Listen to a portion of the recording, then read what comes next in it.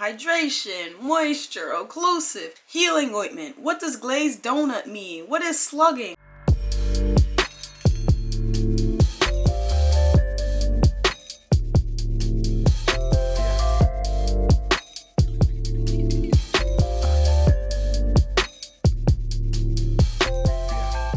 Hello my fine crew, welcome back to Fine Beauty Bible Season 5. I cannot believe that we are 4 months into this YouTube channel already.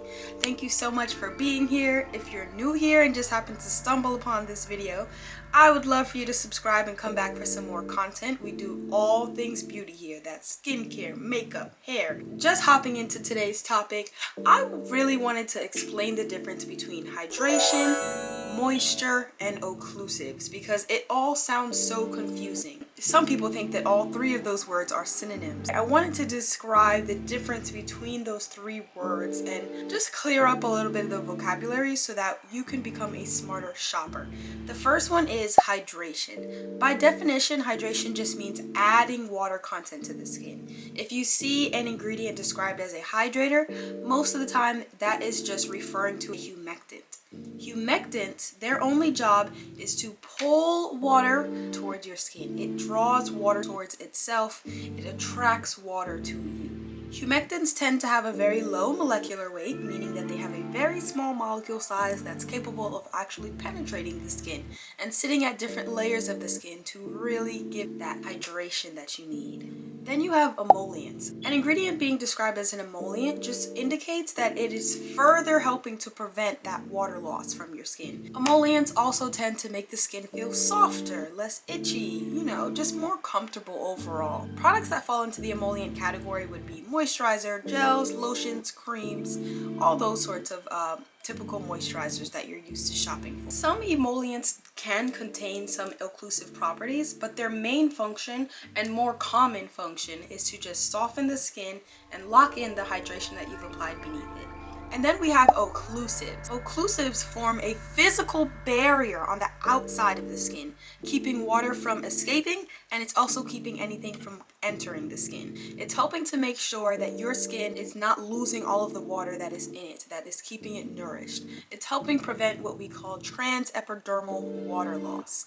It's locking in that hydration so that nothing can escape your skin, so that your skin cannot dry out due to external factors like your environment. So it's a very nice physical thick barrier that will lock in everything that you've applied beneath it and will keep external stressors out. They are wonderful support for your moisture barrier and can be very healing and anti-inflammatory for severely dry, cracked, or irritated skin. So just to recap, hydration is adding water content to your skin. Emollients are softening the skin and preventing transepidermal water loss. And occlusives seal in everything that you've put on beneath and provide extreme healing benefits. You know that term that's like, explain this to me like I'm 5 years old? Just in case you just watch this entire video and you're still a little bit cloudy on the definition, I will explain this to you with a household item here. So we have our water bottle, right? Let's say your skin is the bottle. Hydrator serums are like adding water into the bottle. So you have water in there now.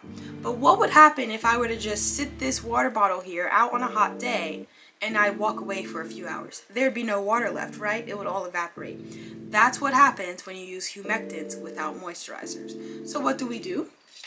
We take a moisturizer and we use it to seal in that hydration that we added to our skin. Now, no matter how long I leave this outside, the water is still going to be in it because I've done my due diligence and put on a moisturizer. Now, where does an occlusive come in, you might ask, in this equation, in this example? An occlusive would be like, let's say where you live is very hot, but also very windy. An occlusive is like an extra something on top of your hydration and your moisturizer to make sure that even if a super strong wind comes by, it won't just blow the top off of this thing and expose you to that transepidermal water loss all over again. So, hydration is adding the water. Moisturizer is sealing the water in. Occlusives is making sure that nothing gets in, nothing gets out. Does that make sense? I hope that was a good example. I feel like that was a really good example. Usually when I'm describing this concept to clients, that's the example I use, and I see the rainbows come out of their eyes because they're like, ah, I get it. I hope you get it. I hope you get it. So now let's talk about which of these products are necessary and what happens when you use one of them without the other two. What happens when you use a hydration serum without locking it in with a moisturizer or occlusive is that it is simply just going to evaporate. When you apply humectant to your skin, it's very important, matter of fact, not very important, it's imperative that you lock it in with a moisturizer or occlusive so that it can actually do its job. If you don't, what happens is your skin, when you first apply it, is going to look very juicy, very supple, very soft, and then about 5 minutes later, you're going to feel dehydrated because that humectant was not locked in, therefore it evaporated and took the water content from your skin along with it. Gone with the wind. And because of that, you know that humectants cannot be used as a replacement for your moisturizer. Commonly known humectants include glycerin, hyaluronic acid, sodium PCA, amino acids. All of those are common humectants that you will find either in serum form or even combined with certain moisturizers. But they are not a replacement for your moisturizer or occlusive step. By the way, throughout this video, you're going to hear me use the word humectant, hydration serum, hydrator. They all mean the same thing. And when you hear me referring to moisturizer and emollient, I am talking about the same thing. Next up is moisturizer. What happens when you use a moisturizer without a humectant is that you're applying something that will soften the skin, but it's not going to be as effective as it would be if you were to actually give your moisturizer something to work with. They're a great team. Using a moisturizer without a humectant is, I like to describe it as trying to put a baby's hair into a ponytail. It's like you can do it, you can possibly get the job done if you have a small enough scrunchie and a great brush to really grip the hair, but it just is a lot easier if you actually have something to work with. Same thing with moisturizer. It's a lot easier if you have something to work with. It's a lot easier if you put a humectant underneath that moisturizer. That's when you'll really get full benefits out of the moisturizer that you're using. Using a moisturizer without a hydration or humectant step underneath can sometimes give your skin this confusing feeling of looking dewy on the outside. You might even feel a little bit oily on the outside, but underneath your skin just does not feel comfortable. It doesn't feel juicy. It doesn't feel like it has what it needs. And sometimes that is because you are using a moisturizer without nourishing your skin with a humectant first. I know that confuses a lot of people because they're like, my skin is super oily, so I don't want to use moisturizer because I don't need to contribute to that oil. But that's not necessarily something that you need to be concerned about. Most of the time, if you find that your skin is overly oily, that is because your skin is overcompensating from the lack of humectants, the lack of hydration, by overproducing oils. And that is why sometimes you have super oily skin. It's because you're not properly hydrating. Super oily skin, or if you have dry skin, or if you have normal skin, everyone can benefit from using both hydration and moisturizers. And lastly, we have occlusives. This, out of those three categories that we're talking about, is the one that not everyone needs. When it comes to occlusives, you really only need this when your skin is extremely dry, irritated, or dehydrated. If you have super oily skin or skin that is super well balanced already and you find that you don't necessarily go through periods of dehydration or dryness very often, you can definitely live your entire life without ever slathering your face in occlusives. You will be perfectly fine as long as you've got cleanser, moisturizer, sunscreen. As I mentioned before, occlusives are just going to be a thick physical barrier as the very last step of your skincare routine to prevent transepidermal water loss. If you've ever heard about the term slugging or, the glazed donut look, most of the time they're referring to this step called occlusives. One occlusive product that has been super popularized by one of my favorite beauty creators, her name is Tiara Willis and her username is MakeupforWOC. She has popularized Cerave healing ointment to the max. I'm talking, the girl deserves a check. She even considers her fan base to be called the glazed donuts. That is how much more popular she made the idea of occlusives to people. It's a concept that yes, people knew about before, but people didn't always understand why they were doing it or how it was benefiting their skin. All they knew was that when they were younger, their mom used to grease them head to toe in Vaseline or cocoa butter, and they kept doing it as an adult.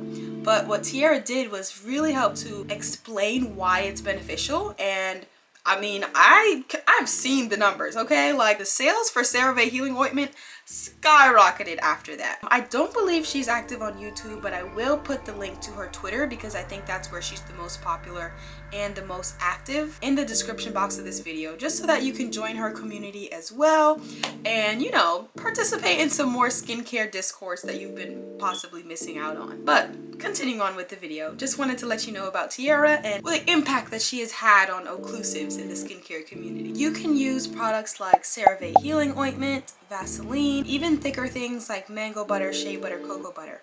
Although I don't recommend using the last three too often, mango butter, shea butter, cocoa butter, because those can get to a point where they're so greasy and so comedogenic that it can be a little bit counterproductive for people who have more acne prone skin, super dry skin, and they're trying to skip out on hydration and moisturizer by using this thick occlusive by itself. That's another thing that's important to be mindful of. If you try to use occlusive without hydration and moisturizer, you are being counterproductive.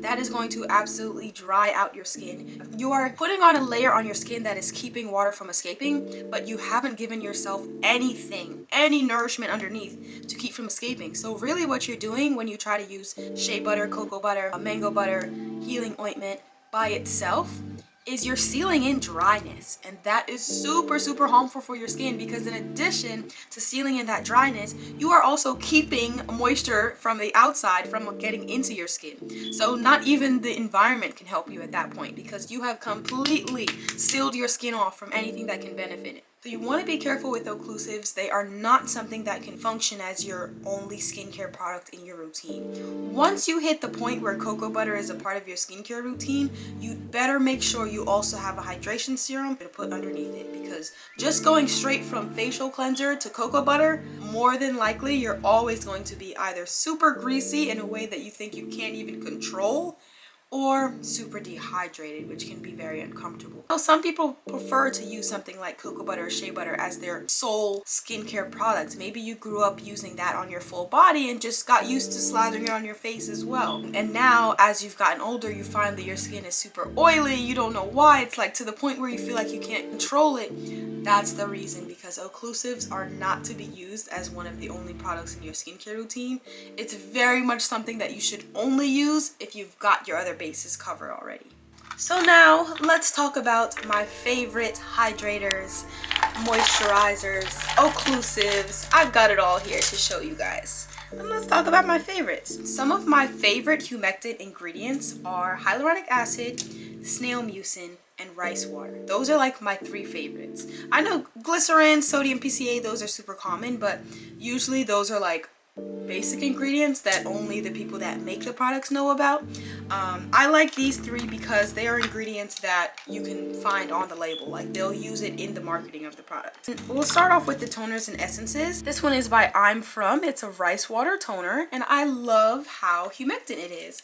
And sometimes when I use this, since it has such a low molecular weight, meaning it's so liquidy, I will actually go in afterwards and still use my favorite snail mucin essence afterwards, because this one is a little bit thicker, but it is still a humectant. So these are two of my favorite toners slash essences. My favorite hydrator serums, I have three actually. The first one is by Youth to the People. This is their triple peptide cactus oasis serum. This has all sorts of beneficial hydrating ingredients. It has that cactus oasis. It has multiple different kinds of hyaluronic acid that sits at different levels of the skin. It even has anti-aging peptides in here. So this is like a super effective hyaluronic acid serum. Another favorite of mine is by Niad. It's the multi-molecular hyaluronic complex. I have described this in a video before already, but basically this is a hyaluronic acid serum that has multiple different types of hyaluronic acid in it. So rather than just sitting close to the surface of the skin, it actually sits at different levels of the skin, which is why it's called the multi-molecular hyaluronic complex. So I love this one, and I find that it works so well with my favorite hyperpigmentation serum. Another one of my favorites is the Pharmacy Feeling Good. This one is super easy to find, so I like to recommend this one as well. It's sold right at Sephora, similar to the Youth to the People one. And this one is actually made with beeswax, peptides, just like the Youth to the People one. and ceramides. And ceramides are actually an emollient slash moisturizing ingredient. So this is one of those very few hydration serums slash humectants that also serves some of those other purposes we were talking about. So I really like this one.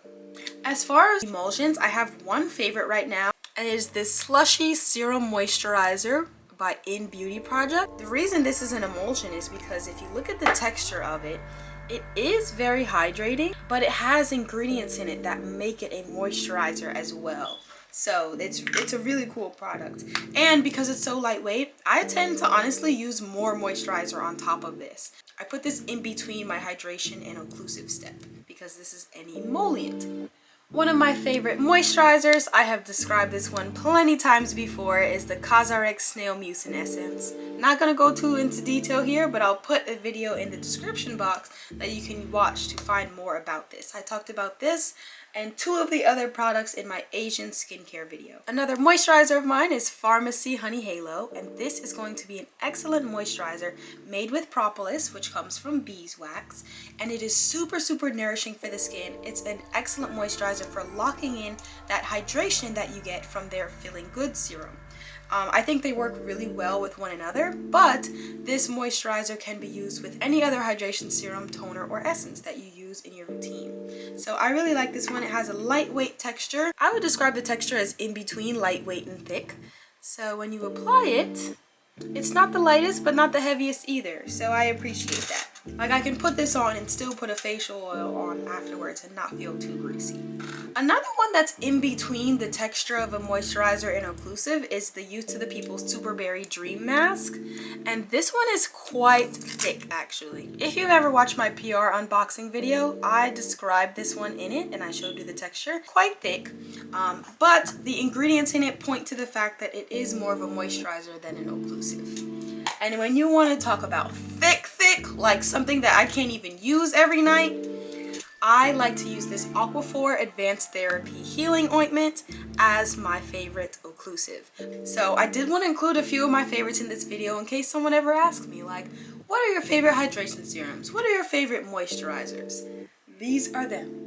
Oils can be a little bit tricky because not all oils are occlusives, and also not all oils are emollients slash moisturizers.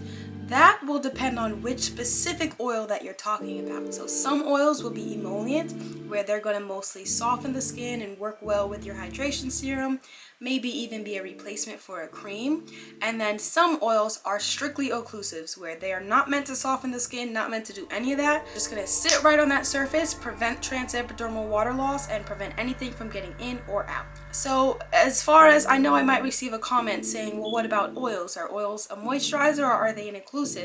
And it really just depends on what oil you're talking about.